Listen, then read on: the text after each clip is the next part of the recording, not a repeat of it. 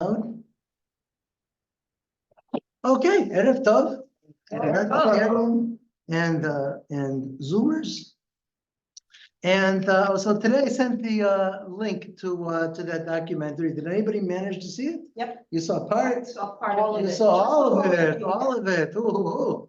Okay, those who didn't, you have time, okay, till next week. You can still watch it.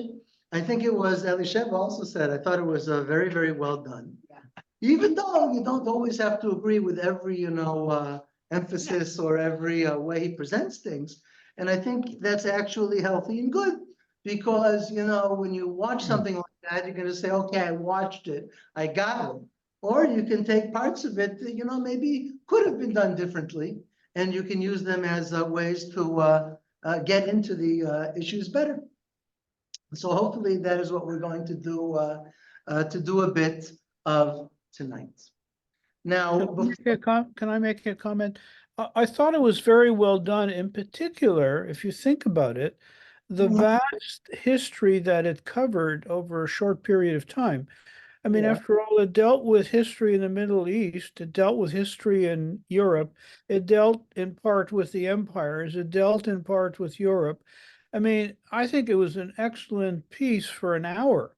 Remarkable. I mean, we could take quarrel, as you said, Rabbi, with different parts of it, but the integration of it to give you a flavor of what was happening, including what was happening in North America, I actually think it was quite remarkable. Whoever did the editing did a super job. I totally agree with you. I think it's excellent. Okay. And I didn't even mean what I said before about quarreling. It's not a matter of quarreling. So, maybe you could, I don't know, you could quarrel, but more a matter of like, things that make you think and, that can induce additional conversation or thoughts. Now, I've said this before, but I think especially tonight, I have to say it again. I am no expert on World War I. Okay, there may be people sitting here who are far better experts on World War I than I am. Okay, all I know about World War I is what I was a long time ago taught in school, or things I may have heard or read or seen on television or something since then, like this documentary. So you're all welcome to chime in, because collectively we have a lot of wisdom about the 20th century in this group. So what we didn't do last week, which is perfect because it was also a major part of this of that documentary for this week, was the traditionalism. In other words, we did the Buddhism and the Yiddishism and the Zionism of its various stripes, and we spent a lot of time on that. Okay, but we didn't do the traditionalism.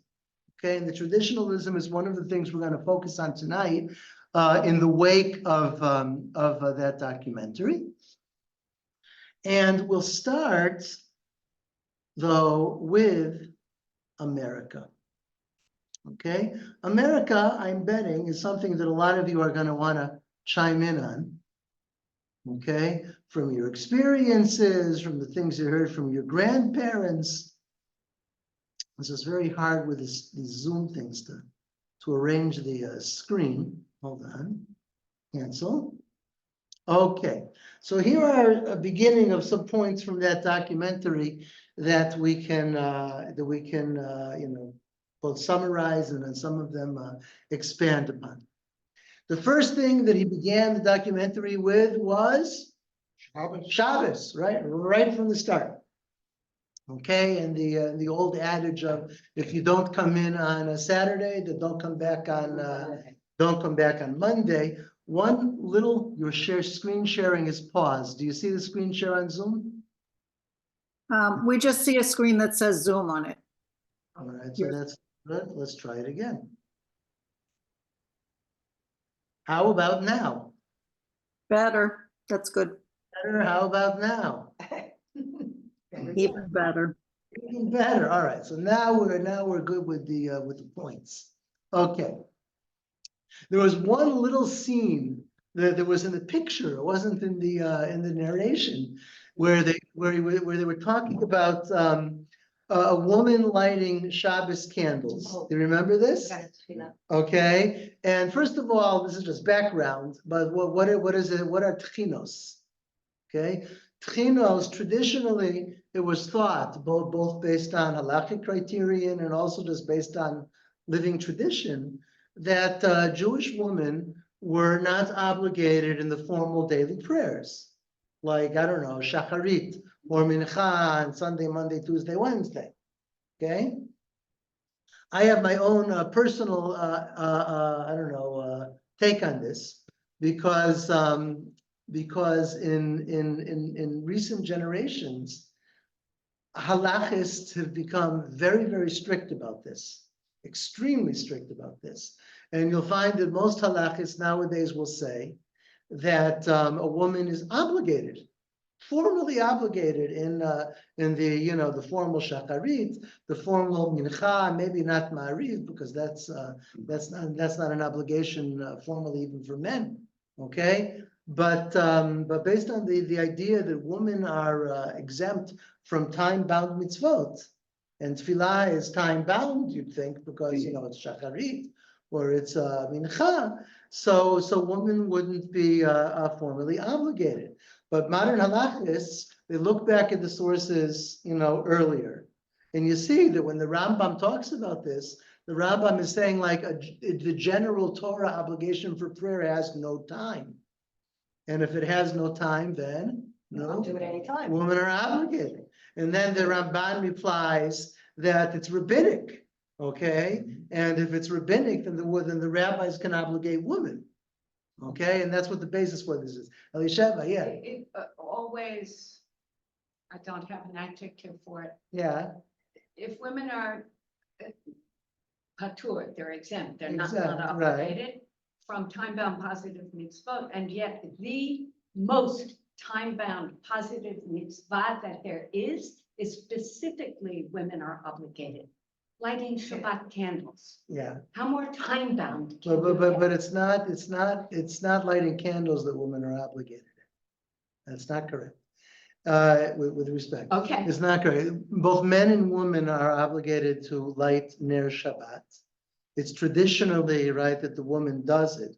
And with Shabbat, that's a famous issue. Shabbat is both positive and negative.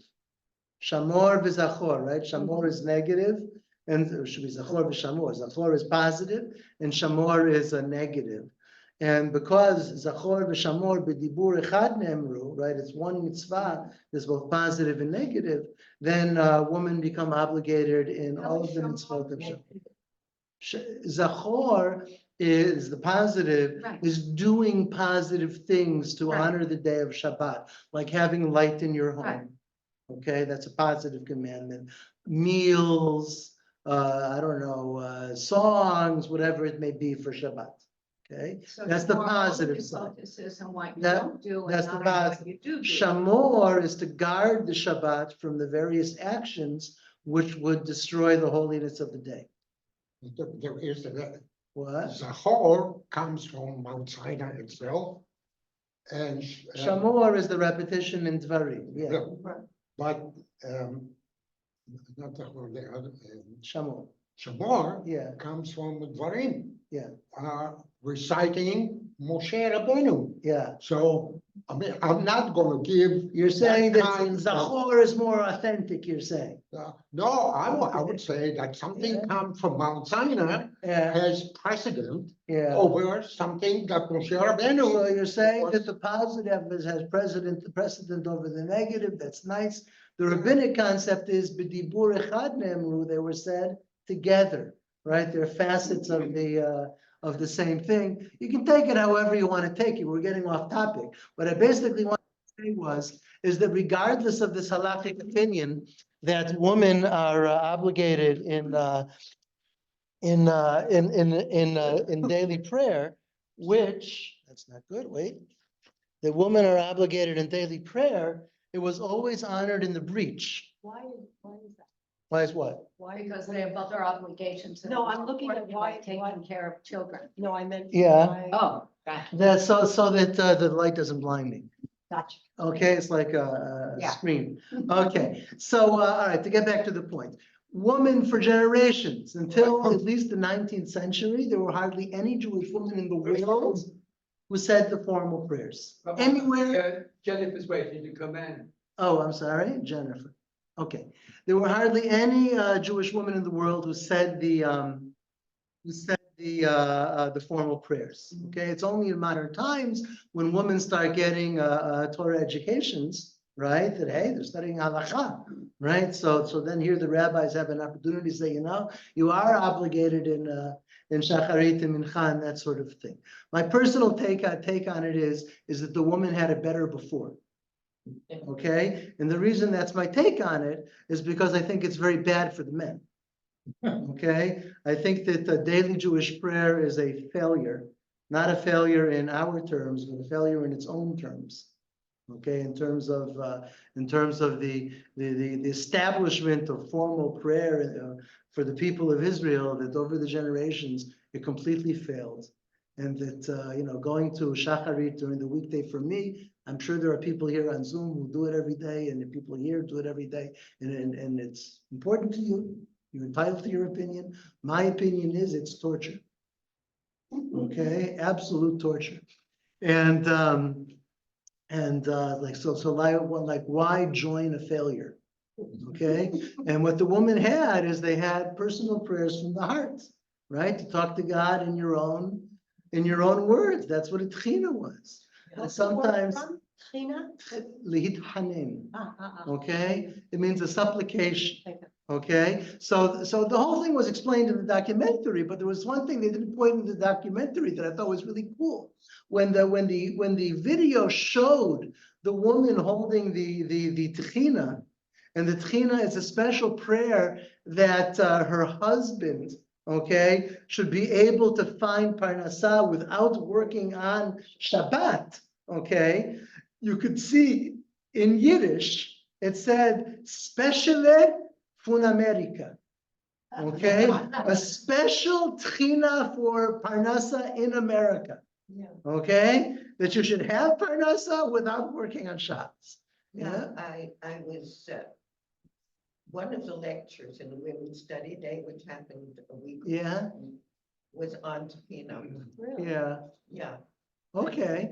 And so you looked at all these women's prayers over the generations. Yes. Yeah, it's become a whole academic field to study and gather and find, and you know, these hundreds and thousands of variations of women's prayers from over the generations. So I can Shabbos, send you the link. what? I So can what? send a link. I would be pleased. Yeah, it's a beautiful thing. Okay, number two, what in the video was anti-Semitism in the United States, and it emphasized how the government of the United States of America was almost never officially against the Jews. Okay, there was unspoken anti-Semitism in the government. And there was spoken anti-Semitism among private people or among private groups. But that fact that the government was at least officially, not anti-Semitic, really did make America different. And the contrast, obviously, is to countries in Europe. Okay, and we'll get to those. Irving Berlin with I Love America. Where else could that happen? Okay, and then the founding of educational and communal organizations. He mentioned, I had to put this there because this is my alma mater, right? Bernard Revel founds RIETS in 1915, the Rabbi Isaac Elchanan Theological Seminary, which eventually becomes Yeshiva University. And around the same time, I don't remember what year, was also founded another, old yeshiva in the United States, Yeshiva Torah V'das. And do you remember what the difference between them was? Anybody remember? One was in Brooklyn and one was in Manhattan. Well, what was Brooklyn? What was Manhattan? Okay, the meaningful, the meaningful difference between the two. was that, well, this is something that Beryl Wine emphasized a lot because this is Beryl Wine's life, right, is dealing with this, is that Reeds became Yeshiva University, where you had a yeshiva and a university under the same roof, right? And that makes a statement. And he emphasized how Badas was a place where, at least back then, 100 years ago, the yeshiva students could go to college. Okay, you can take college courses, right? You can get a degree. Okay, but what? Not inside the walls of the yeshiva. Was it- In other words, you can go to Torah Vadas and you can go to, I don't know, Brooklyn College, in your spare time, right? But you can't put Brooklyn College inside the yeshiva. What did that eventually wind up being? This Beryl Wine did not say. Nobody or very few people in Torah Vadas today are encouraged to go to college.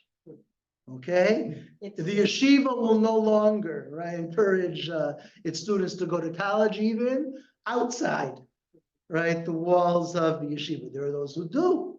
Okay, but what does the yeshiva try to do? To learn for as many years as you can, and to push off college and keep college far, far away for as long as you can. Okay, and in other words, it's become much more extreme. Okay. And this is a debate that goes on to this day. I can give you an Israeli parallel of it, by the way, from the 1990s. Yeshiva, the yeshiva that Rav Kook founded in Yerushalayim. Yeshiva.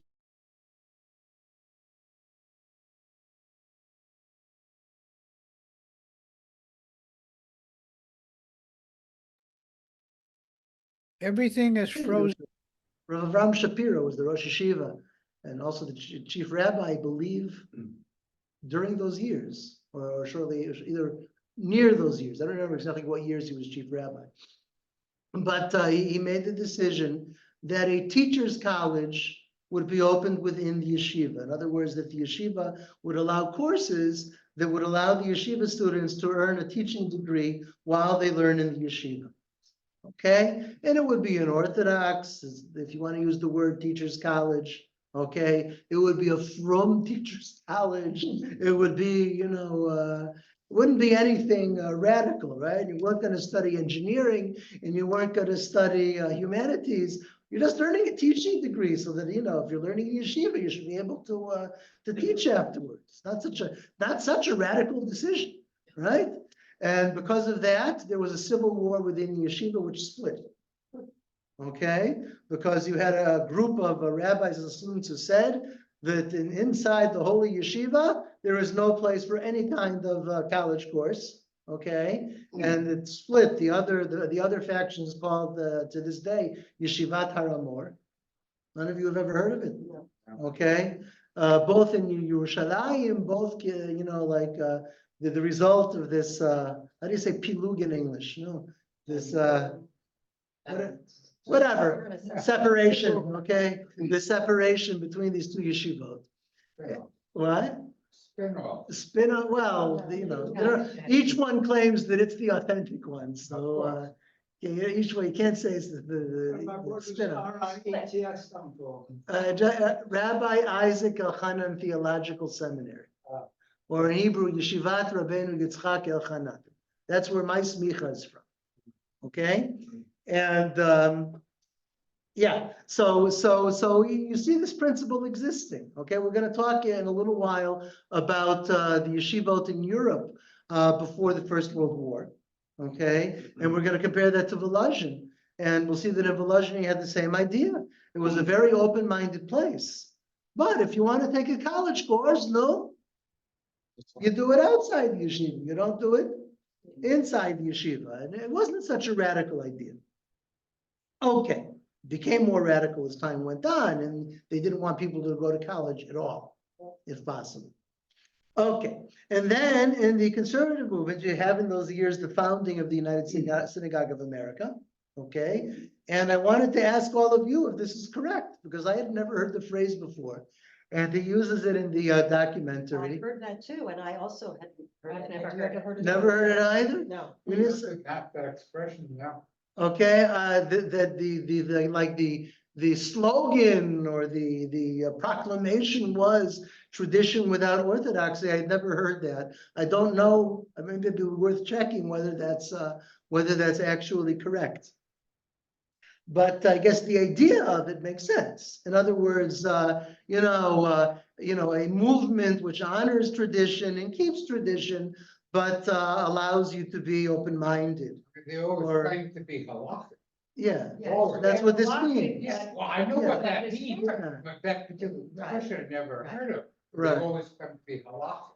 Okay. Yeah, So, halakhic, so but that's, it's- so that's worth checking, whether that phrase was actually used or whether it was a phrase that they just kind of put into the documentary.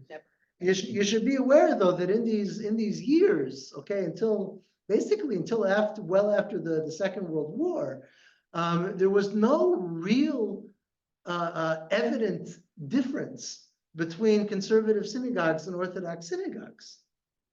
Okay, and you had a lot of overlap. Okay, you had graduates of REITs, right, who became conservative rabbis. You had rabbis from JTS who considered themselves Orthodox rabbis.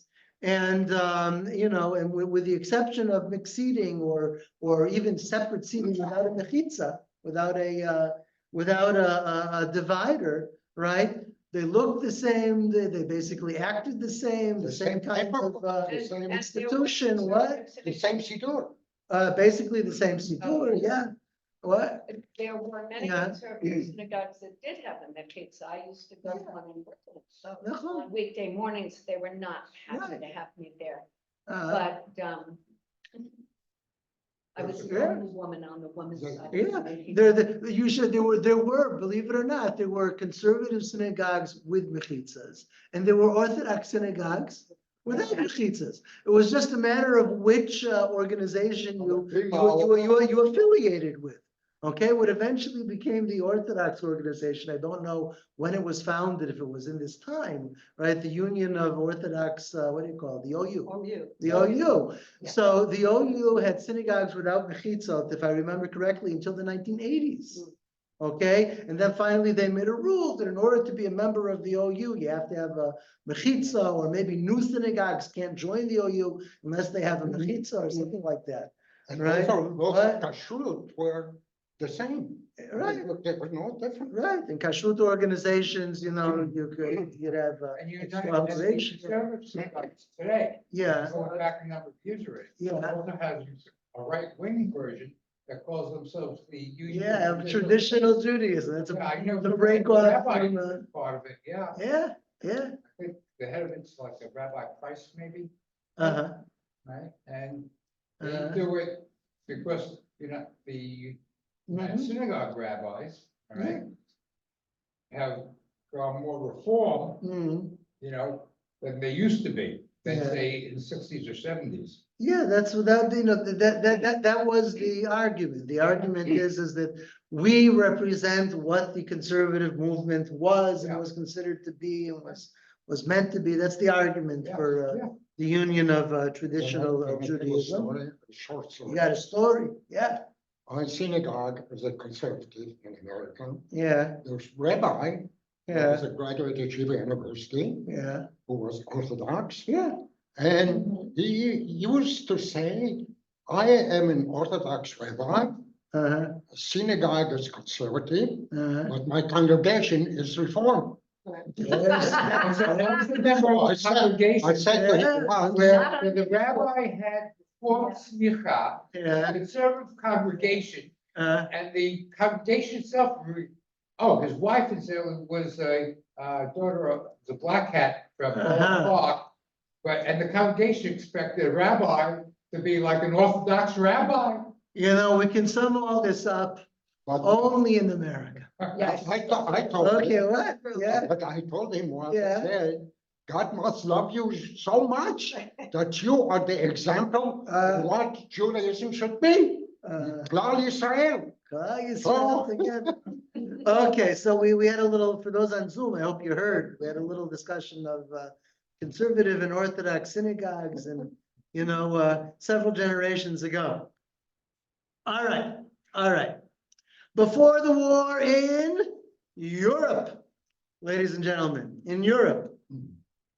So the yeshivot, first of all, were thriving. And there were lots and lots and lots of yeshivot that were founded. And I don't know if you like names, do they help? Sure, why not? The Tells, Slobodka, Yeshiva, these don't ring a bell. These guys, some of them ring a bell. Some are Okay, famous, others aren't. okay, those two are famous. I'm famous. Seder. I guess fame, depends on where you're from. What you read. Yeah, When you talk of Europe here, you talking of all of Europe or? mostly Europe? Central and Eastern Europe. Not Western Europe at all. No, I'm not even touching that.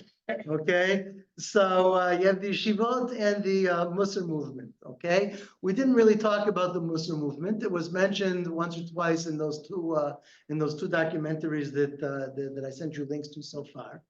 What the heck is the Musar movement? So the answer is to be found in Volozhin. We did talk about Volozhin.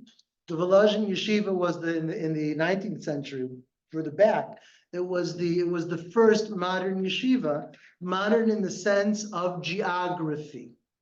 Remember this? We did learn about this, right? The idea that it's not a local yeshiva, but rather it's a yeshiva that takes students from everywhere. Okay, you used to have, a Beit Midrash, a study hall in every Jewish town and every Jewish shtetl, and it would be for the locals. Okay, this was a yeshiva meant to attract the best and the brightest, okay, from all of Europe. And we learned in the first documentary, Beryl Weintel, he waxed prolific on this, how the yeshiva was like the intellectual hub, right, of the Jewish people. And it wasn't just Talmud, right? All the intellectuals, they went there and they honed their minds on Talmud, but they also, engaged in Hebrew Haskalah, and they also engaged in Zionism, and they also studied philosophy, and they did all in science and all kinds of things. What? Sounds wonderful. Okay, it sounds wonderful. And then, Unless you're a woman. unless you're a woman, that's why we have the movie Yentl, right? Okay, so Volozhin it literally was in the 19th century, the intellectual hub, okay, of the people of Israel. But the Rosh Yeshiva, who was a very open-minded man, was very strict about one thing, and it's the one thing that I mentioned 10 minutes ago, and that is that what do you do inside the walls of the yeshiva? You study Talmud. That's what it's all about. Okay? You study Talmud. You want to read philosophy? Gesundheit. Okay? You want to compose modern Hebrew poetry? A blessing on your head. But, okay, inside the yeshiva, you're expected to be studying Talmud. Okay? And there's no room and there's no place for anything else. Okay, and you can think about it if you want. Think of it in terms of a workplace. Okay, you go to, I don't know, you work for some company. Okay, you go to the office to work, and what are you expected to do at work? Work. You want to have all kinds of hobbies. Well, after work, do whatever you want, right? You want to take college courses after work, lovely, right? But when you're in the office, no, you work. So these yeshiva students, don't forget, they receive stipends in Volozhin. Okay, they had to live. The yeshiva basically paid them a salary. Okay, and so this was the position of the Netziv, Rabbi Naftali Tzvi Yehuda Berlin. Okay, who was an extraordinarily open-minded person, and I think we mentioned, right, he was one of the founders of Chovevei Tzion. Right, he was a very early Zionist. Okay, and we're going to see tonight one other way in which he was unusually open-minded. But about this one thing, he did not compromise. That inside the Midrash, right, you only have Talmud. That's all you do. Okay, maybe Tanakh too, because he was also into that. Also, Okay. particularly against What? a reaction about the Rambam teaching philosophy, Greek philosophy as well. I'm not gonna answer that, does it fit in with the Rambam? Instead, I'm gonna give you a reference to an article that I think I can even send you. If you send me a note, I'll send it to you, about how Maimonides was reimagined by modern Jewish thinkers. So there's an article on how the Netziv understood Maimonides. Okay. So if you want it, I'll send it to you, but it's not exactly our topic right now, okay? And what is our topic right now? That the Netziv would not let the Musar movement into Volozhin. What was the Musar movement and why is it important in the early 20th century? And also important, by the way, to this day, okay? You remember the Hasidic movement? We spent time on that too. One thing that you can definitely say in a completely positive way about the Hasidic movement is that it provided endless meaning for the masses. Okay? It provided your life with a purpose. It filled your life with content. Okay? And it's not, serving God by rote. Right? And it's for everybody, not just for the Torah scholars, but also for people who can't be Torah scholars. That's opposed to the non-Hasidic world, in which this devotion to Talmud study still stood in the center, just like it did in Volozhin. Okay, and then it seemed about this. I don't know. Maybe he was a little bit square. Okay, but in the Beit Midrash, all you do is study Talmud. There's not any place for anything else. What was the Musar movement? The Musar movement was in some ways even a reaction to what was going on in Volozhin. Because in Volozhin, you had saintly types like Rav Kook. Okay? And by the way, in Rav Kook, he was considered in Volozhin to be too frum. Okay? He was like the nerd. Like in that sense, right? The frum nerd of Volozhin, okay? And what's going on with a lot of the other students in Volozhin? They're becoming what? Well, we've talked about, no, they're becoming socialists. They're becoming, Enlightenment thinkers. They're becoming renewers of the Hebrew language. They're becoming, eventually probably Bundists. And secular Zionists and what have you, okay? And from a traditional perspective, right, these people are searching for meaning. And all of the Talmud going on in the yeshiva, it's honing their brains, but it's not filling them with purpose. And so they're looking for the purpose in other places. Okay, they're delighted to be studying the Talmud, okay, but eventually these people are going to be studying the Talmud while they smoke a cigar on Shabbat. Okay, and that's not a joke. That literally is what happened to a great many of them. Okay, to give you an example of someone who I don't think studied in Volozhin, but who is an example of this. Who here has heard of Chaim Grade? Grad, I think is how it's pronounced. Nobody? I've heard of him. So you remember who he was? He was a novelist in the Ukraine, Russia. You're right, but actually in the Bronx. Who's right next to it? Okay. He was perhaps the most important Yiddish novelist of the 20th century.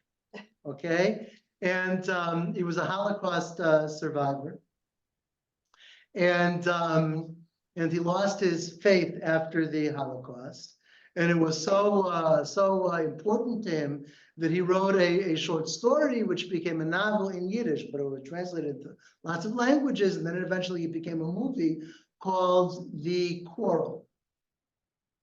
Okay, you can Google it, you can find pieces of it on YouTube. It's called The Quarrel, and it's about where he meets up, okay, with his friend of his youth with whom he studied in yeshiva, who was also a Holocaust survivor, but remained not only traditional, he became a Rosh Yeshiva of a Musar Yeshiva. Okay? Of a Musar Yeshiva. Now I'll explain what a Musar Yeshiva is. Okay? But just to finish with the quarrel, so it's this debate, right? It's basically he's thinking, what would I have said to him if I could have, sat with him endlessly and, given him my peace of mind about God and about the yeshiva and about everything after surviving the Holocaust. Okay, so that's Chaim Agrade. What it relates to is in terms of the cigar on Shabbat. Okay, he says the following. Okay, he says that sometimes he still studies Talmud. Okay, still studies Talmud, and he does it bareheaded, without kippah. But when I look at Rashi, my head starts burning. Because Rashi is so holy and saintly that he can't study Rashi without his head being covered. Whatever. Okay? So what is a Musar Yeshiva that he and his friends came out of? The Netziv didn't want in Volozhin. What is a Musar Yeshiva? It was an attempt by the non-Hasidim to provide a kind of meaning that was lacking in the non-Hasidic world, right? Break your head over Talmud day and night, okay, is intellectually stimulating, and it's important if you're going to be a rabbi or a halachist, okay? But what does it do for your heart? No? Some people would argue that it does do for your heart. That's also a valid argument. But the people who founded the Musar movement thought that you needed more. The person who's usually credited with founding the Musar movement was Rabbi Yisrael Salanter. Is that name familiar? Yes. They are. Okay, Rabbi Yisrael Salanter. And the idea basically is that you need something in the yeshiva beyond Talmud. Talmud is the content. Talmud is the main thing. But you have to give meaning to the Talmud. You have to give meaning to your life, as a Jew. Okay, and where do you find that meaning? Well, there's a classic library of ethical books. Okay, books on how to serve God. Okay, there are books like this. There's 1,000 years old, Chovot HaLevavot, the duties of the heart, of Rabbeinu Bachya Ibn Pakuda. I think here in Kilat Hakerem, we once did excerpts from that book. Yep. Okay, there's the most central work in this movement was Mesilat Yesharim, the Path of the Just by Rabbi Moshe Chaim Luzzatto. Okay, there's other books of this sort, Sharei Tshuva by Rabbeinu Yonah, and the idea is that in the yeshiva you spend at least part of the day. It may only be half an hour, 45 minutes at the beginning of the day, okay? But you start the day with Musar, or Musar in modern Hebrew, okay? And what does that mean? It means you take these books about how to serve God and the meaning of the mitzvot and how to keep the mitzvot and how much you have to strive to keep the mitzvot and how much you have to strive to study Torah. You read these books not from the head, but from the heart. The Talmud demands your head. These books, they might demand your head to a certain degree, but they mostly demand your heart. So how do you study a book from the heart? What you do is you read it out loud, and then you read the passage again and again and again and again, and you shout it and you scream it and you cry while you're reading it. Okay, so it's this emotionalistic reading, okay, of these kinds of books.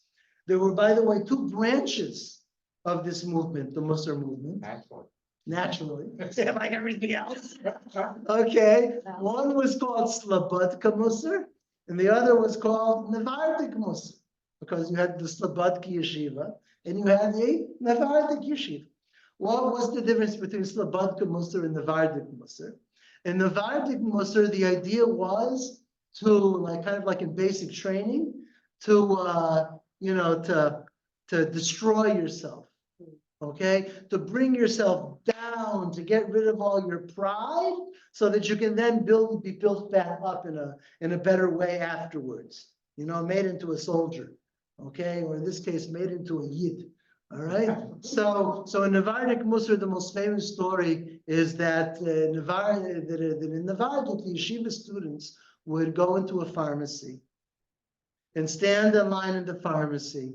And finally, you get to the pharmacist who's measuring the drugs, and you say, "Please give me, my order is 50 iron nails." You don't buy nails at a pharmacy, right? But you say it out loud to the pharmacist, and everybody out loud is looking, "What kind of idiot are you?" Right? In other words, you do this purposely to embarrass yourself. Okay, to lose your pride, and that kind of thing. And in Gedulat Adam, okay, you have to make yourself into a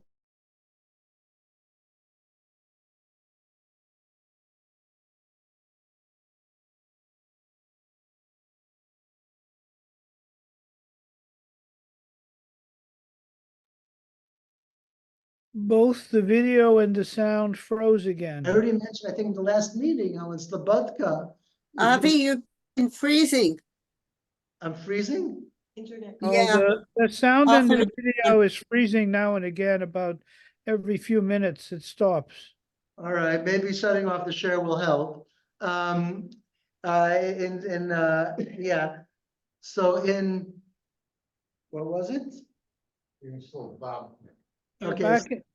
Slobodka, no. So in these Slobodki, that's right, about the dress. Okay, that in Slobodka, part of the part of being a student in the Slobodki yeshiva was that you dressed in a proper, respectable, modern way. Okay, and when you look at the pictures in black and white, you might think that they're dressed like yeshiva students, right? Because they're all wearing hats. Right, but everybody wore hats, in the 1910s, and if you look a little more carefully, you think about what you're looking at. Most of them were clean shaven. Okay, being clean shaven, being properly dressed so that you'll be respected on the street was part of Slobodka Musar. Okay, and you read these books, and one of the things you got by shouting these passages and burning them into your heart is that a Torah Jew, needs to present a respectable presence to the world. This was actually a revolt against like Hasidic dress or undignified European Jewish dress. One last cute little thing about Rabbi Yisrael Salanter.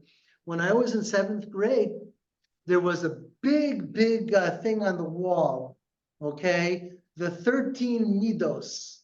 13 character traits of Rabbi Yisrael Salanter. And he actually writes this in one of his books, how there's 13 traits that every Torah Jew should strive for, like modesty, kindness, thriftiness, a whole bunch of things. Nice character traits and a list. The cute thing about it is, you know where he got it from? Maimonides. Not Maimonides. How did you know? He read about Salanter. You read about him, okay.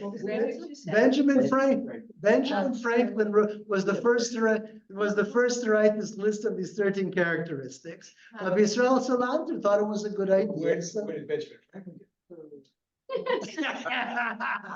That I do not know where Benjamin Franklin got it from. Okay, so the Musar movement spread among the yeshivot in the first decades of the 20th century, before the war. And by the time the war broke out, this is important to understand to this day, it took over all of the non-Hasidic yeshivot, all of them. And to this very day, you will not find almost anywhere, I'm sure there must be an exception somewhere, but I'm not aware of where it is, okay? You will not find, yeshivot on in the European style that do not include Musar. Okay, it's everywhere. It was at Yeshiva University, okay? With the same out loud repetition or? Yeah, I mean, it may be toned down today in some places, okay? But the idea that, you have to have half an hour or an hour of Musar in your yeshiva curriculum, okay? That's been accepted everywhere, even though the Netziv didn't want it in Volozhin. Okay? And it provided, now to go back, I hope sharing screen, are you hearing me good now, everybody on Zoom? Yes. Okay, let's see if share screen will affect it or not, okay? Before the war, the organization called Agudat Israel was founded, and we're going to get more on that and on Rav Kook, who was not mentioned in the documentary on this. But it's important, this was in the documentary. 85,000 Jews in Ottoman Palestine by the outbreak of World War I. They are a minority, okay? And the Arab population increases severalfold also in the early decades of the 19th century, probably the economic draw. And Hebrew is already the language of the state to be before the outbreak of World War I. Now, a little bit more about Agudat Yisrael and Rav Kook, which was not stressed in the documentary, which is kind of surprising because, I would have thought actually the Berulan would stress Agudat Yisrael more. In any case, who here has ever heard of Nathan Birnbaum? You've heard of him? Okay. Nathan Birnbaum, in a certain sense, created the world that we live in. You know how? He coined the word Zionism. This is the man, okay, who gave a name eventually to the Zionist movement.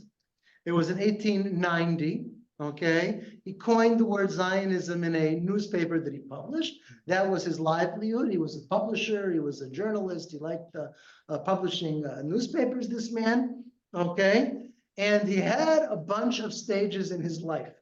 If you remember the joke I told you last time about, the young American Jew studying yeshiva, and he comes home and he says to his father, I met a Jew like this, and I met a Jew like this, and I met a Jew like this. And the punchline is it was all the same Jew. Remember that joke? Okay, okay, that's Nathan Birnbaum.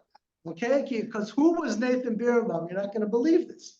He was an active Zionist before Herzl and during the Herzl era. He coined the actual word Zionism. He was the first person in the world, okay, to use the word Zionism.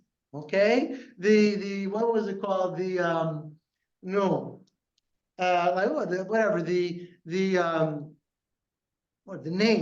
name of the Zionist movement. No? Whatever, it doesn't matter. They got the word from him. Eventually, though, he ditches Zionism. He leaves Zionism behind in his middle age, okay? And he becomes a Yiddishist. He becomes an advocate of culture. We learned about this last time, right? He becomes an advocate of cultural autonomy for Jews in Europe, in which the national language of the Jews would be Yiddish. Okay, we spent a lot of time on this last time. So he goes from being a Zionist to a Yiddishist, which we learned that in those days was, it's like going from east to west. It's like a capitalist converting into a communist, okay? The Zionism and Yiddishism were at odds with each other. They were even at war with each other, okay? And the cultural Yiddishists said that the Zionists, you're just, you're not practical. This is impossible. And if they were also socialists, then you're also betraying the working class. And the Zionists saw the Yiddishists as people who were giving up on Jewish peoplehood, right? Not all the Jewish people speak Yiddish. And they're giving up on the connection between the people of Israel and the land of Israel. It was a war. But he goes from being a Zionist to a Yiddishist. Now, being a Yiddishist usually meant that you were secular, okay? What did he do in the last part of his life, he became an agudist. What? Who is this guy? Okay, he became an agudist at the end of his life. He wasn't actually a founder of Agudat Israel, but he was a major early builder of Agudat Israel, and in a sense, he created the movement as it exists to this very day. Okay, Agudat Israel was founded, as I wrote above, in 1912. It started out small, and Nathan Birnbaum was one of the talented people who made it into something very, very big. But first, let's talk a little bit about the small. When Agudat Israel as a movement started off, it combined three different strands. Okay, and they are not strands that you would have expected would easily combine. Two of them, I think you know from previous discussions that we've had. Who are the two big Jewish groups in Eastern Europe before you know, the 20th century breaks out? What? Not so much. No. Bundes. What? The Bundes. Socialists, but I said before the 20th century. The Bundes. Before the 20th century. The two big groups, until the turn of the 20th century, were the Hasidim and the Mitnagdim. And remember, the Hasidim and the Mitnagdim, certainly in the initial generations, they did not get along very well with each other. And the Mitnagdim put the Hasidim, remember, in Hakerem. They excommunicated them. And there were wars, and there were polemical tracts written against each other. And even after they stopped attacking each other, they didn't usually live together. And they didn't usually cooperate with each other. You have your institutions, and we have our institutions, and rarely shall the twain meet. Okay. Sometimes they did meet. For instance, in the family of Rav Kook. Rav Kook's parents were an intermarriage. One was a Chassid from a Hasidic family, one was from a Mitnagdic family. Okay. And so that's partially probably what helped Rav Kook become so unique. But to get back to the point, when Agudat Israel was founded in 1912, the first two groups that combined were the Hasidim and the Mitnagdim, okay, which is not self-evident. What enabled them to combine? What enabled them to to subsist under the same political umbrella? The threat from Jewish enlightenment. So Darabah, okay, and Jewish enlightenment already was the the 19th century threat. That was the mild threat. Once you get to Zionism and the Yiddishism and the Bund, okay, boy, do you have threats, okay? And ultimately, these two groups were supporting traditional Jewish life in Europe, not someplace else, right? They weren't going en masse to America. They weren't supporting a return to Zion. We're going to stay where we are, and if our lives are awful in a material sense or in a physical sense, then we'll make our lives rich with what makes us rich, which in one word is Torah. Okay? And that the Hasidim and the Mitnagdim had in common. And what kind of Hasidim, what kind of Mitnagdim? So the Hasidim, you know what they are. And the Rebbes of Gur, for instance, were always a very prominent voice in Agudat Israel. And the yeshivot, now you already know what they are. We're talking about these Musar yeshivot. Okay? They're getting together. You can even see, by the way, the Musar movement in some ways as a kind of response to Hasidism. Right, the kind of meaning that exists in Hasidism to bring it into the yeshiva. So they combine, and it doesn't surprise us too much because today they both wear black. They all wear black hats, and mostly they all had beard and payas and stuff like that. And so even if the dress isn't exactly the same, But, it doesn't surprise us that they could combine in retrospect. In the beginning, it probably didn't look like they could so easily combine. But there was a third element to this, and it's kind of unexpected, but it's very important to understand how Agudat Yisrael became such a political success, both in Europe, right, until the Holocaust, and also to this very day in Israel, okay, where it still is a political party. What? Agudat Yisrael. Where is it in the Knesset today, by the way? They're in two realms. But who is it? Just understand it. Who is it? Okay, in English, it's translated United Torah Judaism. In Hebrew, it's today called, wait a minute. Degel Torah. But Degel Torah is composed of 2 units. One of those units is still Agudat Yisrael. And what happened in Israel is that Agudat Yisrael, they still couldn't get along. Okay, so Degel HaTorah is the non-Hasidic wing of it, and Agudat Yisrael is the Hasidic wing of it. And in order to to get enough seats in the Knesset, they are officially a single political party. And to get back to the past for the moment. So in the past, so who is the third element? It's not the Sfaradim. Not the Sfaradim. That was a very European movement, Agudat Yisrael. It still is to this day. Look in the Knesset, right? The Haredis, the Sfaradim Haredim, they're not able to run in the same party, even if you look today, right? So certainly not back then. So who is the third element? It's not who you would suspect. Do you remember we learned about modern German Orthodoxy? You remember that, right? Remember there was a big fight in modern Jewish Orthodox, modern German Orthodoxy about Gemeinde and Ausgemeinde. Can you live in the same official community as the Reform Jews or not? Remember that? So the wing of German Orthodoxy, which was modern, these were people who had doctorates along with their being rabbis. These were people who didn't speak Yiddish. They spoke Hochdeutsch. These were people who were educated. These were people who were worldly.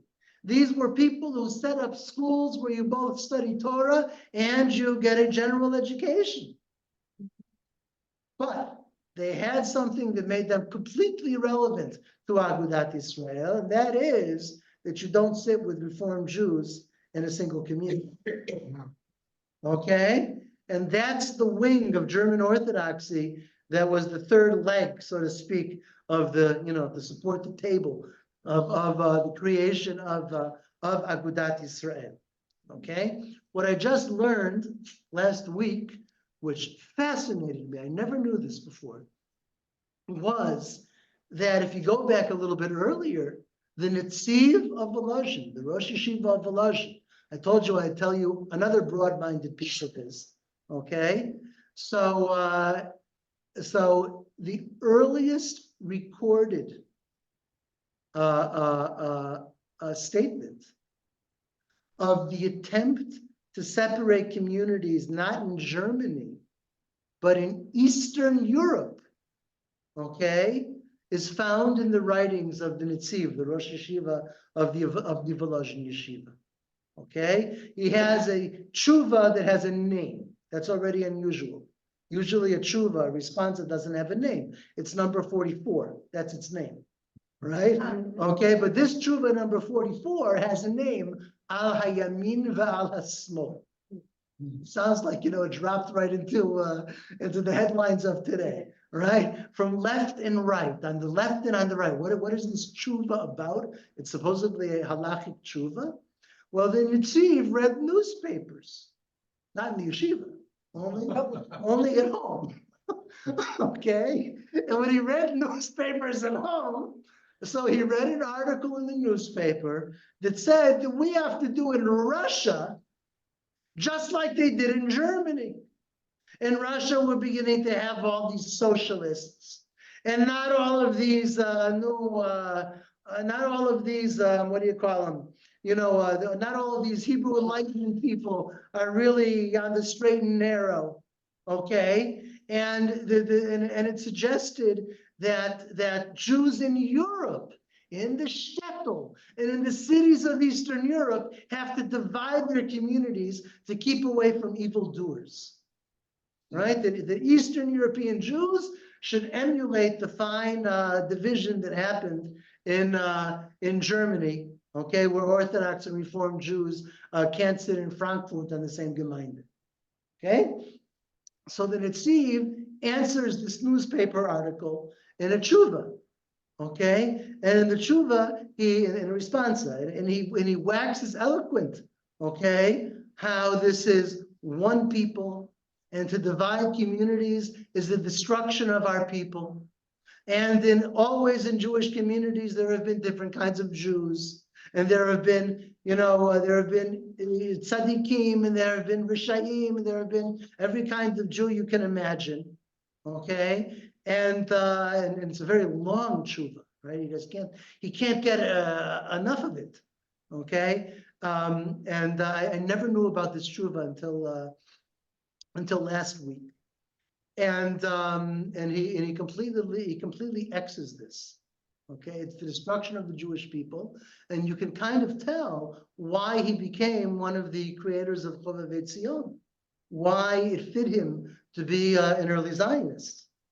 Okay, because if you see the Jews as a people, then this whole idea is completely absurd. If we're the people of Israel, then you can't divide communities. But if you see us like the German Jews did as a religion, then you have to divide communities, because if your religion is wrong, then I can't sit with you. Okay? And it illustrates how appropriate Zionism was for the masses of Jews in the Russian Empire and in Eastern Europe. Because there the feeling still was Am Yisrael or Klal Yisrael. So it fit. But in Germany, of course, where it became a religion, it didn't fit. Now, Agudat Yisrael, of course, eventually abandoned that. It did not walk in the footsteps of the Netziv. And in fact, the Netziv is a very big problem for Agudat Yisrael, because all of the yeshivot that joined Agudat Yisrael, they were descendants of Volozhin. The Slobodka Yeshiva came out of Volozhin. The Navardik Yeshiva came out of Volozhin. The Telsha Yeshiva came out of Volozhin. All the famous yeshivas of Europe and later the United States and Israel, Panovich Yeshiva, whatever you want, okay? They all come out of Volozhin. The entire yeshiva world comes out of Volozhin. And so the great leader of the Volozhin Yeshiva is a bit of a problem for Agudat Yisrael, okay? How did he become a big problem for Agudat Yisrael? First of all, because history needs to be falsified. Okay, the line in Agudat Yisrael to this very day is that the Netziv closed the yeshiva of Volozhin, closed it down. I think it was in the early 1890s. Okay, he closed down the yeshiva. Why? Because the Russian government wanted to introduce secular studies, and it may be just the teaching of the Russian language, according to this legend, okay? Just to teach Russian in the yeshiva, so that afterwards you can live in Russia and speak to people, okay? The Netziv said, no, that will not enter the yeshiva, okay? And he said it's better to close the yeshiva entirely rather than to allow Russian to be taught in the yeshiva. Okay, that is the Agudat Yisrael historical line, and it is completely false. Okay, and it can be proven that it's false, and it has been proven that it's false, and there's endless articles and studies that have shown that this is false. What actually happened is that the Russian government was cracking down on yeshivot, okay, and trying to turn them into rabbinical seminaries under the supervision of the Russian state, which would mean, okay, that the Talmud is relegated maybe to a course, once a week. Okay, and that all of the rabbinic studies will be, geared to producing some kind of cosmopolitan, modern Russian rabbi. In other words, that the yeshiva would not in any sense be a yeshiva anymore. Okay, and that's why he closed down the yeshiva for real. Why would the Tsars care about what's going on in the? The Tsars need to deal with the Jewish problem.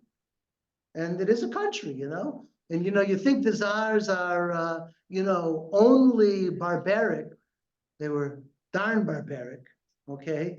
But they did have rules, and they were trying to mold the Jews into something which they could digest a little bit better. To give an example of it that's more well known, okay? The Rav Mitam. You know what a Rav Mitam is? Rav Mitam is the shtetl rabbi, or more the city rabbi that is appointed by the Tsar. Okay.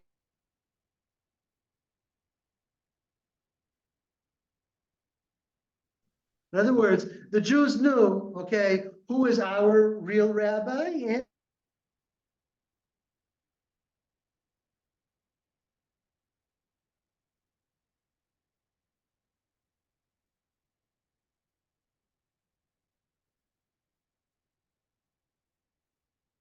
And my line is, I even wrote a whole article on this, and the title of the article is Rav Blitam. Okay, why Blitam? If you have a Rav Mitam, okay, you know who appointed him. You know who he has to answer. You know that this rabbi answers to the Tsar, so you know exactly who he is, and you know exactly what his interests are. In Israel, you don't have that. You know why you don't have that? Because once the city rabbi is appointed, okay, he serves for life. There's no way to get rid of him. He doesn't have to answer to anybody, including the people who appointed him. So it's not Rav Mitam, it's Rav Blitam. To give the example that you just gave, okay, do you know who the people who appointed Rav Margalit were? Do anybody remember David and Safi Simons? Me? Yeah. David and Safi Simons, some of you remember? yeah. Right, they live in Yerushalayim now. Yeah. I don't know if they're ever going to listen to this, but whatever. Okay, so the rule was, and Karmiel back then was very small, that you get votes from the people who pray in the synagogues. Okay, and Beit Knesset Moriah, one of the older Ashkenazic synagogues in Karmiel, was very prominent. It was basically the synagogue that appointed Rav Margalit. And he was appointed as an appointee, get this, as a Zionist rabbi. Okay, he was a Rav Tzvai, he was a military chaplain. Okay, he served in Sahab, and apparently he did a very good job. And David used to like to tell the stories, David Simons, how when he first came to Karmiel, he would walk around in shorts. That's the guy they met. Okay, but once he's appointed, he can go wherever he wants. Okay, and he has a story, by the way. I mean, since people here, a lot of you live in Karmiel, it's good to know this, right? That Rav Margalit's story that he likes to tell is that when he first came to Karmiel, he wanted to set up a yeshiva. And he thought it would be fantastic to have a yeshivat hesder, to have a Zionist yeshiva where the students serve in the army. So he went to Rav Amital at Yeshivat Har Etzion, who was the creator of the idea of hesder. And he said, I became the rabbi of Karmiel, we need Torah in our city, join with me, we'll set up a yeshivat hesder in Karmiel. And Rav Amital, for whatever reason, alav shalom, I don't know why, he didn't agree. Okay, possibly the reason was, to him, Karmiel was like the end of the universe. The boondocks, in the 1970s. Maybe that was the reason. I don't know. But he said, "I'm sorry, I can't help you." So Rav Margalit says that, Rav Amital didn't help me. So I went to Rav Shach. And he goes to visit Rav Shach. You know who Rav Shach is, right? Right, the legendary leader of Agudat Israel, when it was still called Agudat Israel, not the Gilat Torah. Yadut HaTorah is what it's called in Knesset, right? Right, so whatever. So he visits Rav Shachi, and Rav Shachi says, receive me with open arms, and says, I'll give you all the support you need, and I'll help you in any way I can, and all the rest is history. Okay, but what does that show you? Rav Margalit doesn't have to answer to anybody. He's not a Rav Mitam, he's a Rav Blitam. I've now all converted you to my ideology. Okay, Just, what? just on the side, Yeah. where does the rabbis come from that, for example, Moria could choose from? Huh? I don't understand. How did they? We're the Ah, candidates. The candidate. Candidates. Oh, who chooses? I think Baruch Wagner somehow was the one who brought him as a candidate. And they get the Yeah. candidates from, You have to have smicha with kosher Rav Ir. There's, I don't know, certain exams, certain. okay, not. There's rules about these things, but but mostly it's political, right? But if Baruch Wagner, heard about this rabbi and was very impressed by him, then he has to get the votes of a certain number of synagogues or something, whatever, All right. All right. So, wow. So the Netziv didn't want the Volozhin Yeshiva to be converted into some kind of a cosmopolitan rabbinical cemetery. He closed the yeshiva. And what Agudat Yisrael never talks about is this, what I just told you now, that the Netziv was completely against the idea of dividing communities in order to keep away from secularists, Zionists, reformists, and that kind of thing, because we are a people, and to divide our communities would be the destruction of our people. And by the way, he also says in that article, he says, if you're so worried that so many Jews are becoming this and that and the other thing, then the appropriate thing to do is to study Torah and to teach Torah. Why do you have to divide communities? Okay, he was quite a man. Okay, to get back to Nathan Birnbaum. So Nathan Birnbaum, when he became an Agudist, he said the following in 1919, which is already after the First World War, and that's how Rav Kook fits in. Rav Kook, you may or may not be aware, spent several years in England. Okay, did you know that? He spent several years in England. The reason is he went to Europe for the convention of Agudat Israel. Wow. If they can accept Hasidim, and if they can accept Mitnagdim, and if they can accept, modern German Orthodox people, then he thought, why can't they accept the idea of Eretz Israel? He was going to convince Agudat Israel to be open to, maybe not to official Zionism, but to, having people move to Eretz Israel. So he comes to Europe to go to the convention, and what happens? World War I breaks out. And he's stuck in Europe, eventually in England for several years. So after the war, Nathan Birnbaum in 1919, he says, is it at all possible that we, who regard Judaism as our one and only treasure, should ever be able to compete with such expert demagogues and loud self-advertisers as them, the Zionists? Okay, in other words, our world is Torah. We're not going to compete with the Zionists for eloquence or for propaganda or for marketing. It is surely not necessary that we should. Not only can we not, but we don't need to. We don't need to compete with them for marketing. We are, after all, still the mountains and they the grain. And all we need to do is to gather all our forces in a world organization of religious Jews.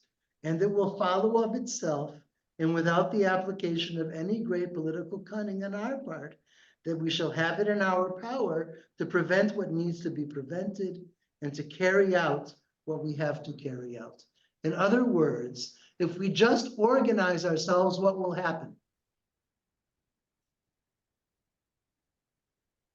What'll happen? If we, the Torah scholars and the Torah loyal Jews, just organize ourselves, what will happen? The masses, no, will follow us. Okay? How do the Bundes do it? They organize. How do the Zionists do it? No, they make an organization. All we need to do is make an organization, and he is confident that the masses will follow us. Now, was he right that the masses would follow him? Apparently, to a certain degree, he was.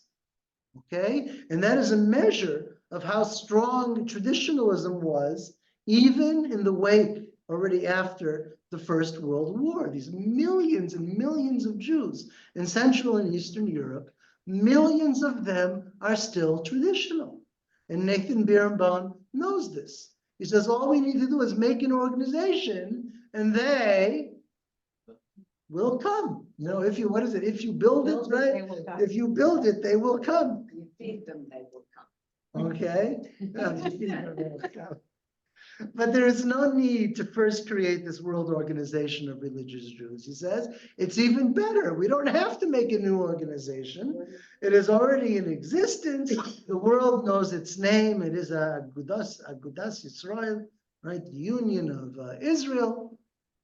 And so he takes over this already existent organization, Agudat Yisrael, and he makes it into a big thing. Okay, one more thing about Nathan Birnbaum is his grandson. His grandson was Jacob Birnbaum.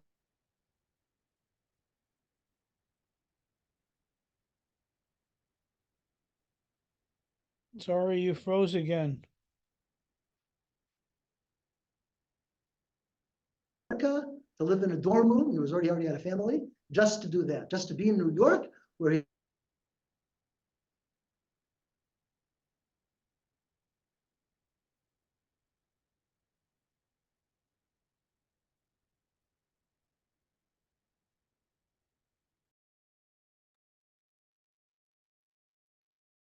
Such thing as Zionist.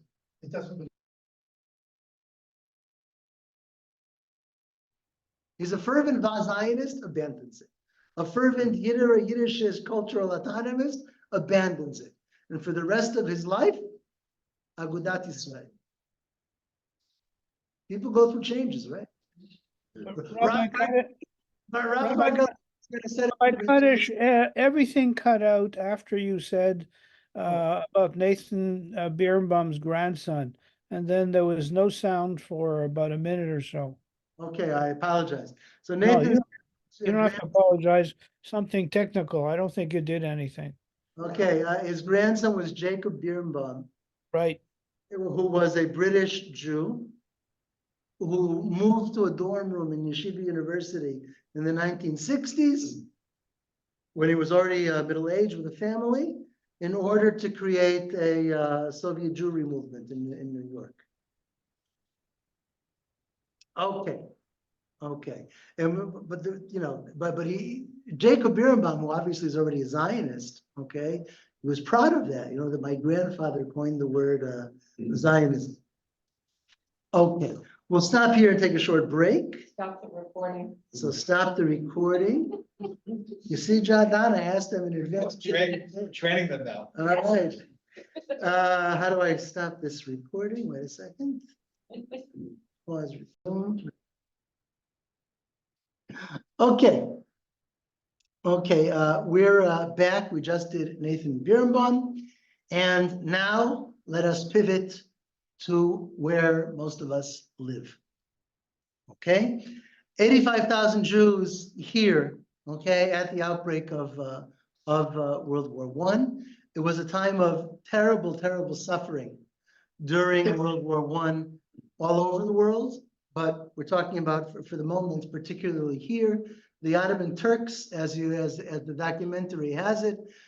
They say, the documentary says that a third of the Jews here in Mandate Palestine were expelled by the Turks. I read somewhere else that it was even half the Jewish population was expelled because the Turks saw, you know, if you're a British citizen, a Russian citizen, or whatever, then you're a citizen of an enemy state in the middle of World War II. So they throw the Jews out. Where do the Jews go? Many of them go to Egypt. Some of them go to other places. And the Jewish population of this country drastically diminishes in the first couple of years of World War I. And yet, in a sense, it was a miracle. What the miracle was, you know what came out of it? You have all of these Jews who were trying to live here in Egypt, okay, with Russian citizenship or British citizenship or some other citizenship. And World War I is going out. And the Ottoman Turks, in their idiocy, have expelled these Jews. What was the result of it? The result of it was the first Jewish military since Bar Kokhba. Maybe not. Maybe there were exceptions here and there. Okay, but certainly in the land of Israel, the first Jewish military since Bar Kokhba. And the British were smart. They said, look, we have all these Jews who are thrown out by the Ottoman Turks. And the Jews who are thrown out by the Ottoman Turks, they want to fight for the British to fight against the Ottoman Turks. And you have initially the Jewish Mule Corps, right? If you've heard the name. Mule Corps. The Zion Mule Corps, thank you. Fighting with the British when they tried to invade through Turkey and it doesn't work. And eventually this turns into the first organized Jewish fighting units trained by the British Army. And these things eventually evolved into the Haganah and into the, eventually into the IDF. Okay, so even out of very, very terrible things, good things can happen. Now, another thing that happened was that some Zionists, okay, including Ben Gurion and including Ben Tzvi and including Chaim Weizmann, okay, the Turks, certainly Ben Gurion, the Turks throw him out. Okay, you know where he goes?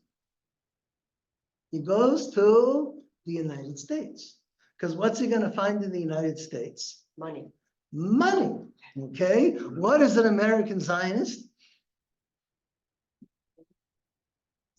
Such an old joke. No. Someone who gives money. Someone who one gives Jew money to another Jew. No, someone who gives money so that someone else's child can live in Israel, right? Okay. So no. So he goes to the United States. And his goal is to raise money for a Jewish fighting force. Okay, this is what he wants. Thank you. This is what he wants to. This is what he wants to create. Okay, and he meets with an organization that had branches in various big cities in the United States. I don't even know if it still exists in the United States. It was called Poalei Tzion. You heard of Poalei Tzion? Yes. What does the term mean? Poalei Tzion. Workers of Zion. The workers of Zion. If it's the workers of Zion, then the very name is combining two values. What are the two values? Socialism and Zionism. Socialism, or maybe workers' rights, or workers' opportunities, and Zion. Okay, it's officially a Zionist organization, and yet what is going on in the American Jewish world during these years? What's the big issue? Workers' rights. Okay, that was very, very powerful in the documentary, right? You have Jews who are setting up the first protests and setting up the first unions. Okay, and the story you saw there of this of the factory, right, that burned down, and 140, 150 women that burned and jumping from the windows. Triangle. Okay. Yeah, and it's largely Jews who are leading these movements, including an organization like Poalei Tzion. So he goes around America to meetings of Poalei Zion. It's an officially Zionist organization, and he thinks they're going to contribute towards military things. But what they're interested in workers' rights. Okay, this is what's like, alive. Okay, alive in America. And he finally meets the leader of Poalei Zion. I don't remember in what city. Chicago or something like that, Cincinnati, okay, whose name is Golda, right? She's an American Jew, okay, and she says that he was the singular most unapproachable. Milwaukee, okay, Milwaukee, okay, the single most unapproachable I've ever met. Okay, she says of Ben Gurion.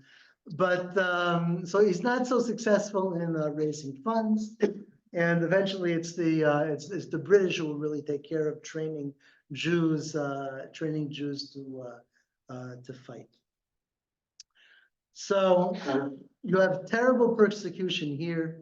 You have hunger here. All of the donations are cut off. Right, all the Zionist organizations, they cannot support Jews here. You have poverty, you have hunger, you have a vast decrease in population. It was one of the most terrible times in the history of the Zionist movement during the years of You also have the Balfour Declaration, though, which is the first. right on the what do you call it? The foothills? What's the expression? No. On the heels of. On the heels of, okay, on the heels of World War I, okay, and that's already Chaim Weizmann. And Chaim Weizmann, right, he's a chemist. He's from Eastern Europe, but he's a chemist and teaches in Manchester, Yes. right? In Manchester, okay, that's what you had there.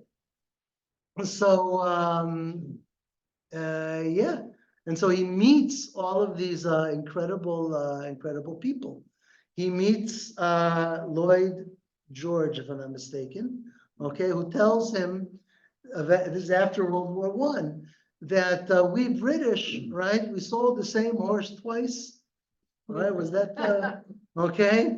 We promised it to the Arabs, we promised it to the Jews, and that's how we end up with this, interminable problem, because we made too many promises to too many people. But don't forget Yeah. that Balfour Declaration was a quid pro quo with Weizmann. Yeah, Because as a chemist, he he supplied, invented synthetic acetone, which the British needed to make munitions. So there's payment. he contributed to the war effort.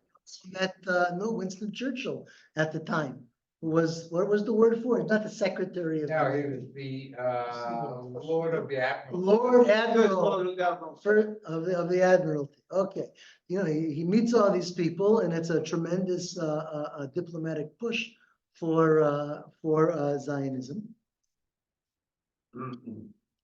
And so that's another thing that immediately comes out of World War I. But the main thing that comes out of World War I, and this will be connected to things in coming meetings of ours, is the extraordinary suffering of Jews during World War I in Europe and after World War I in Europe. Ron, during the break, right, you brought up about after World War I in Europe. But what's going on during World War I in Europe? Well, first of all, during World War I in Europe, the Zionist movement is forced to become neutral in a world war. They had to be neutral because The Jews in both camps. you have Jews, right, in every single army. Okay, there's also jokes about that. I don't remember the jokes. Somebody else does, saying Kadish in the trenches. There's all kinds of jokes like that. No. Okay, so you have Jews who are fighting in all of these different armies. Some of them feel truly patriotic, right? Especially the German Jews, right? That we're fighting for Germany, and Germany is our country. Other Jews who are conscripted and may, hate the empire that they are fighting for. Maybe more in Russia. But you have Jews in all of these armies. It was impossible for the Zionist movement to take sides. And yet there were lots of Zionists who did want to take sides, and it was usually taking sides in support of the British. Okay. Yeah. The story that the Jews in the different armies would say Shema when the Shema when the fighting, so a Jew Yeah. wouldn't kill a Jew on each side. Ah, okay. So that on Zoom, did you hear it? No. Jews in the trenches facing each other, they say Shema out loud so that they'll know that they're Jewish. Maybe they won't kill each other. I don't know. Whatever. There's all kinds of jokes about saying Kadish, and in the opposite trenches they're answering Amen, or something like that. But whatever. I'm not good with jokes. I apologize. But it's not a really joking matter. It's not just neutrality, and it's not just that you have Jews who are fighting each other and fighting on all of these different sides. You have mass death, mass suffering, mass poverty, right, going on during World War I, and it affects the Jews most of all. Okay? And the figures you had there, were something like 250,000 Jews killed during World War I. And what's going to happen after World War I, even worse. In other words, for the Jews, the war doesn't end with World War I.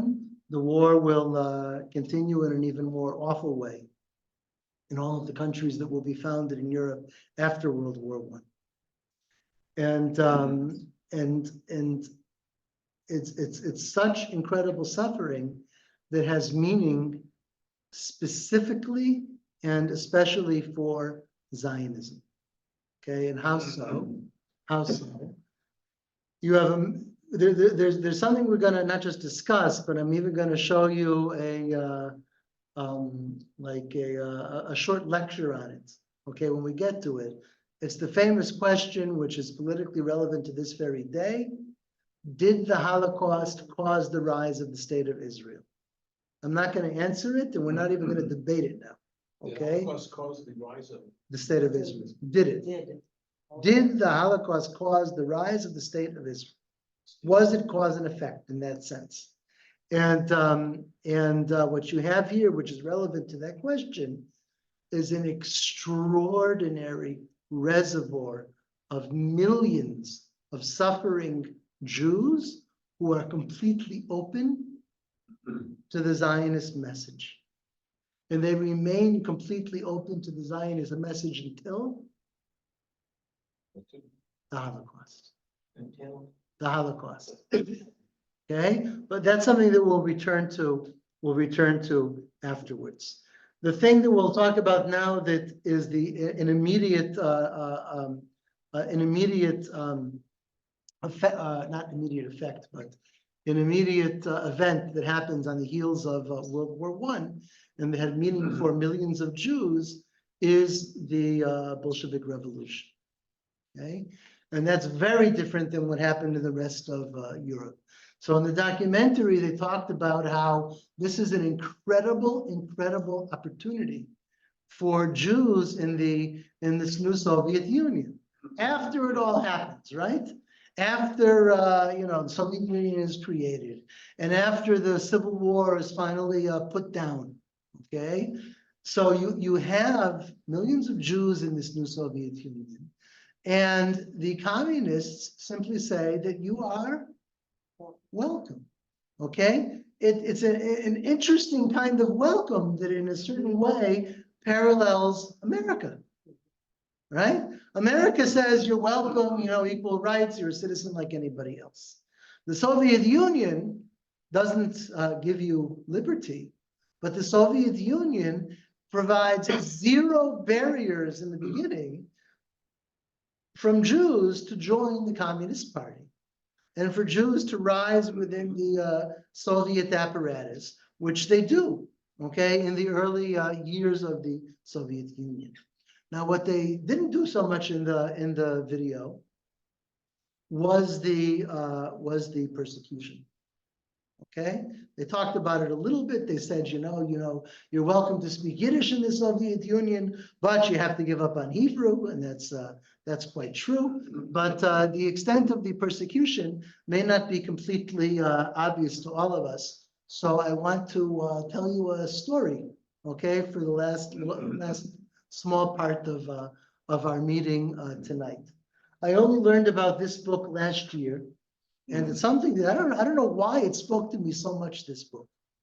Okay, and why the author of this book, I don't know, somehow it became very central to my thinking. Okay, but the book is in Hebrew, and it's about a person you've probably never heard of. Okay, it could be that I mentioned him to some of you in some other course. Okay, but for those, especially for those who haven't heard, and for those who have heard, it's worth reviewing. Chaim David Rosenstein. Who was Chaim David Rosenstein? Chaim David Rosenstein was part of a movement that existed among Jews in Eastern and Central Europe before World War I, and that we haven't even talked about. What was Jewish education like in Central and Eastern Europe before World War I? What kind of schools did the Jews have? Yeshiva. So there were yeshivot for the, exceptional people and their adults, right? What about children? You went to the cheder, right? And we have some nostalgic remembrances of the cheder. And we have some scary remembrances of the cheder. There was a dark room with, an angry teacher would hit the kids with sticks or rulers or something. Okay, we have all these images of the cheder. All these images of the cheder bring down to us one single point, and that is that the cheder was not a modern educational institution. Okay? Jews had their kind of school, which was called the cheder, but you did not get a modern education in the cheder. Is that what all of you thought?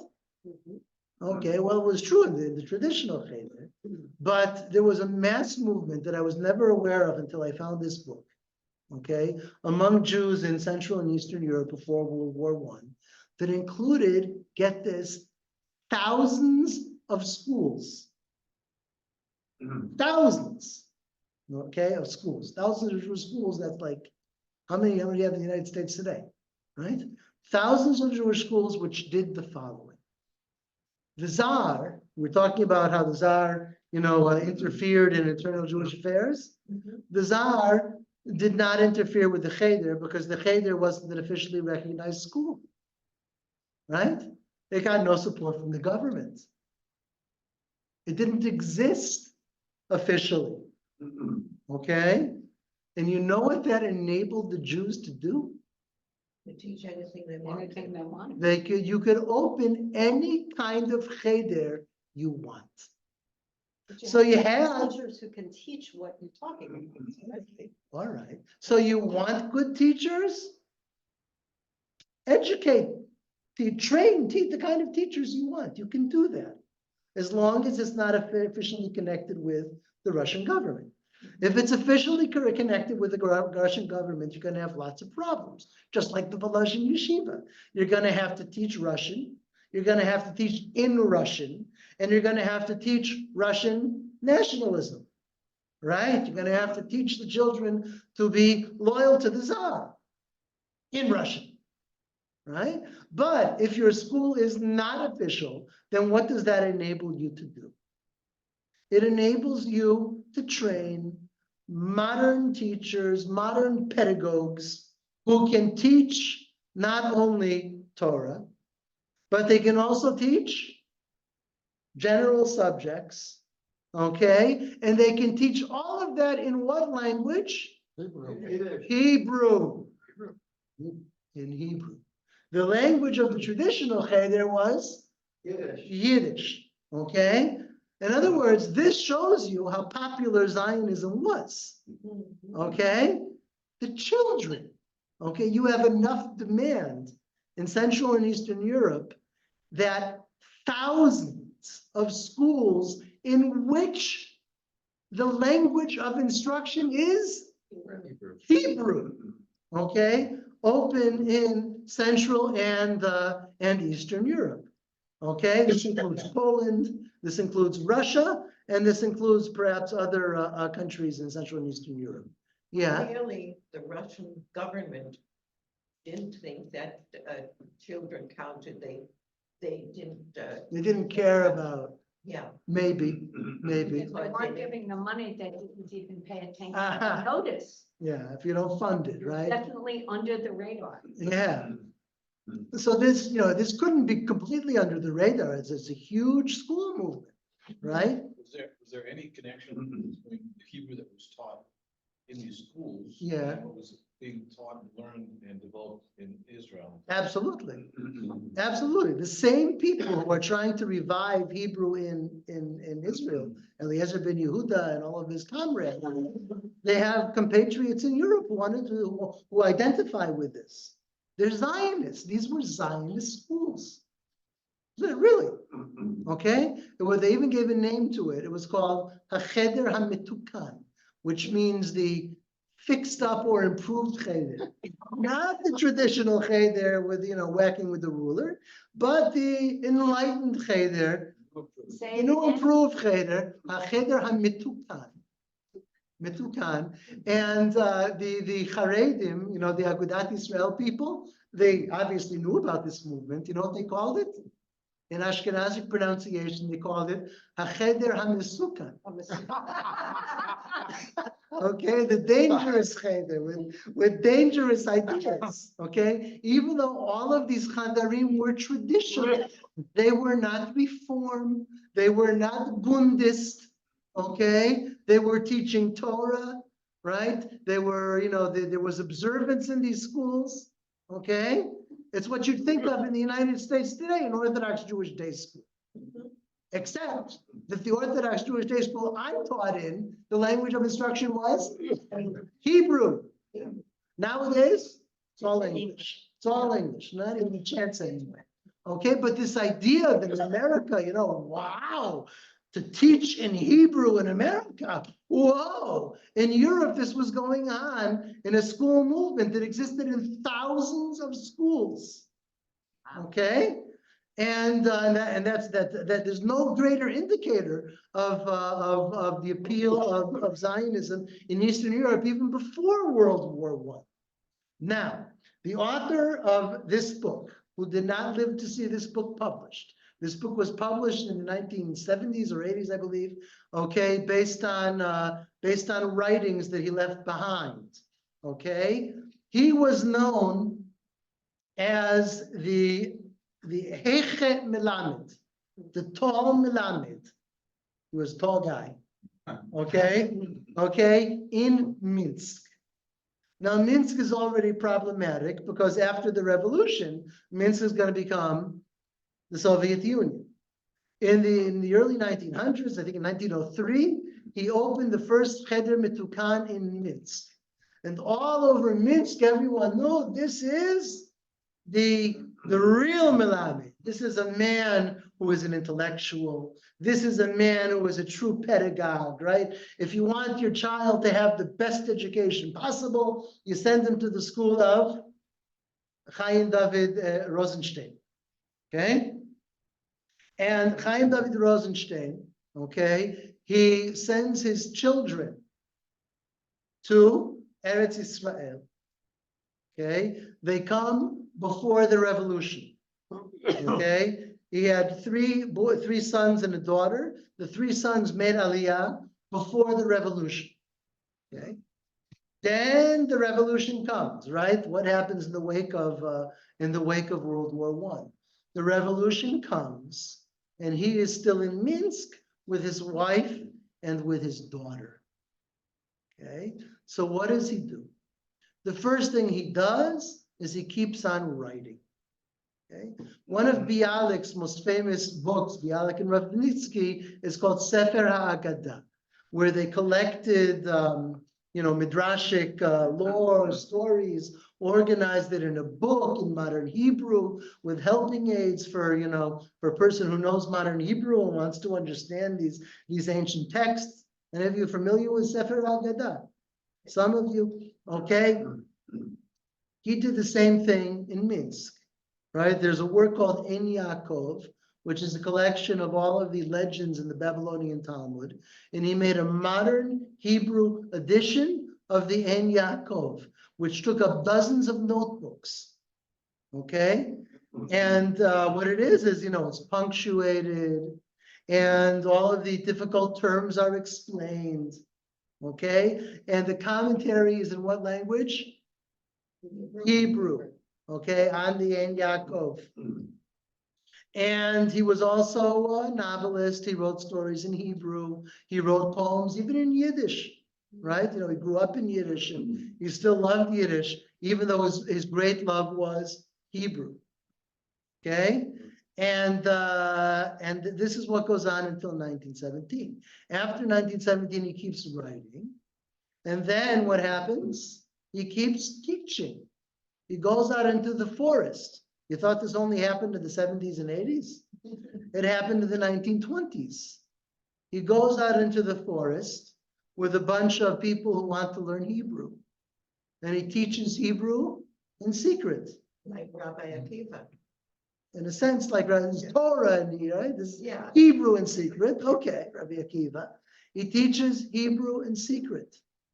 Okay? And you have two groups that are looking for this kind of illicit activity. One was mentioned in the documentary, that's the Cheka, right? That's the personal secret police of Lenin. And you also have what was called, I was surprised, not mentioned in the documentary, the Yevsektia. You know what the Yevsektia? Yevre. Jewish. The Jewish section. Okay, it's the Jewish section of the Communist Party, which had its own secret police job, which was to seek out and search and destroy any remnant of Hebrew, Zionism, or even, God forbid, a Pesach Seder. Okay, none of this is allowed to exist. You know what the Yevsektia did on the night of Pesach? They had big pork banquets, okay, with plays, theater, that kind of thing. But you're not allowed to have a Passover Seder. Okay, what's Jewish about it? The theater is in Yiddish. Okay. Why didn't he go to Israel? I mean, his kids were there as It well. wasn't so easy to make Aliyah. Plus, he ran schools in Minsk. Okay, so his three kids are in Eretz Israel, and he's left in what becomes the Soviet Union. And the Cheka or the Yevsektia, they raid the house several times. They confiscate some of his writings, right, disappear in the cellars or the trash bin of the secret police. And several times he's thrown into prison and he's tortured and he's released from prison and he's frail and he's in pain and he's suffering. He recovers enough to teach Hebrew in secret again. He goes out into the forest again. And then he's taken back to jail and tortured again and again and again. Okay, finally, I forgot the year because I actually haven't looked at this book for a while. I don't even remember if it was in the 1920s or the 1930s. Okay, but finally, his children, okay, the three in Eretz Israel, they did the impossible.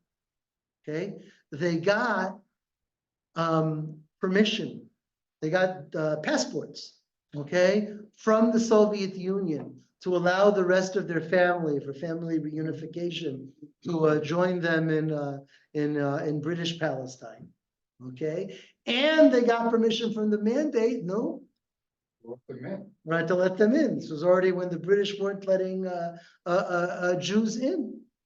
So one of the brothers goes to Minsk, okay? Goes to Minsk to bring his father and mother and sister back, okay? And by the time he gets to Minsk, his father, after all the illness and torture and everything, his father dies before he gets there. The mother and the sister, they bury him with their own hands in the Jewish cemetery of Minsk. And they make aliyah, okay? And they also take writings of his, okay, in Hebrew and then also some in Yiddish back with them, which eventually become this book. Okay, that's who Chaim David Rosenstein is. Now, in order for you to fully understand who Chaim David Rosenstein is, what does Rosenstein mean? Red Mountains. Red mountain or red stone? Okay, and it was Hebraicized by his children too, Evan Shoshan. Oh, Okay, and he told one of his sons, right, his Abraham ben Evan Shoshan, that I want to make a new dictionary of the Hebrew language, and his son eventually did it. This is the most important dictionary of the Hebrew language after the dictionary of Eliezer ben Yehuda. It was standard in Israeli schools for generations. The Evan Shoshan dictionary is by the son of Chaim David Rosenstein. yeah, I have to help. You have so do I. The Evan Shoshan dictionary, okay, and so in this book he has he has polemics and newspaper articles and short stories and all kinds of things. So he has one short story. His stories, they illustrate the era.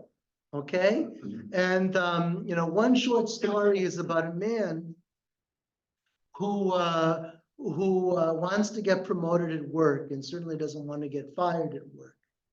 And Pesach is coming up, and his wife is bothering him, to get certain things, right? They could be connected to Pesach.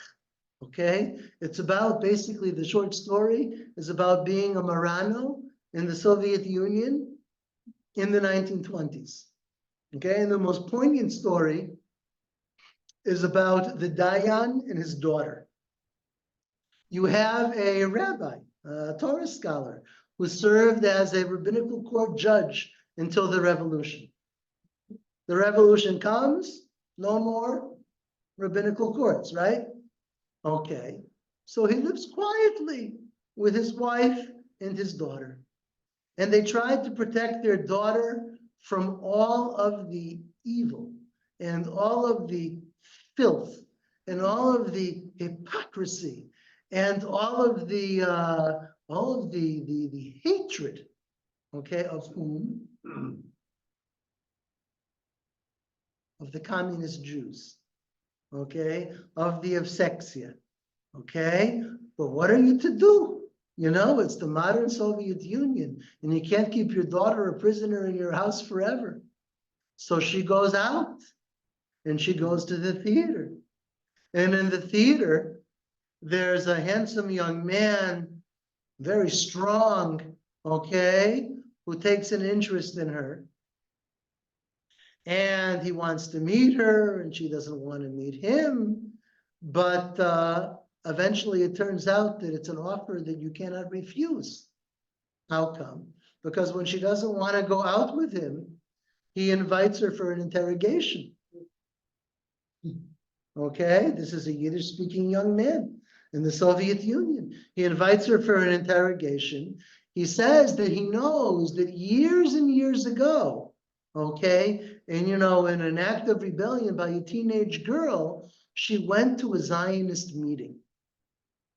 And he tells her, look, you have a choice. Either you go out with me, or I will make sure that your father goes to prison. Okay, so she goes out with him, and they become a couple, and she becomes pregnant. And everywhere they go, all of his friends, they make fun of her. They say, where did you pick up this Rebbitzin? Okay, and finally, he has enough of her, and he gets rid of her, and he abandons her, and she has to give birth. And she gives birth to a boy at home, okay? And then what becomes the final element of the story? He needs a Brit Milah. How are you going to do a Brit Milah right, in secret, and what is that gonna cause for the, what is that gonna cause for the child afterwards? And what comes out in the story, right, it's his observation, it's his biases also, and it's his observations. But, you know, he's not the traditionalist Rosenstein. He led a traditional life, okay? He loved the Jewish tradition, but he didn't like the Agudat Israel types, okay? And yet, he sees the only remnant of decency in the Soviet Union is inside this house. Okay, the rabbi and his wife and their daughter. And everything outside is so unbelievably corrupt and so unbelievably hateful. Okay, that's his vision. Okay, you could look at it in another direction. All right, a lot of these Bundists, they were heroes. Right, they were trying to protect people. They were trying to help people.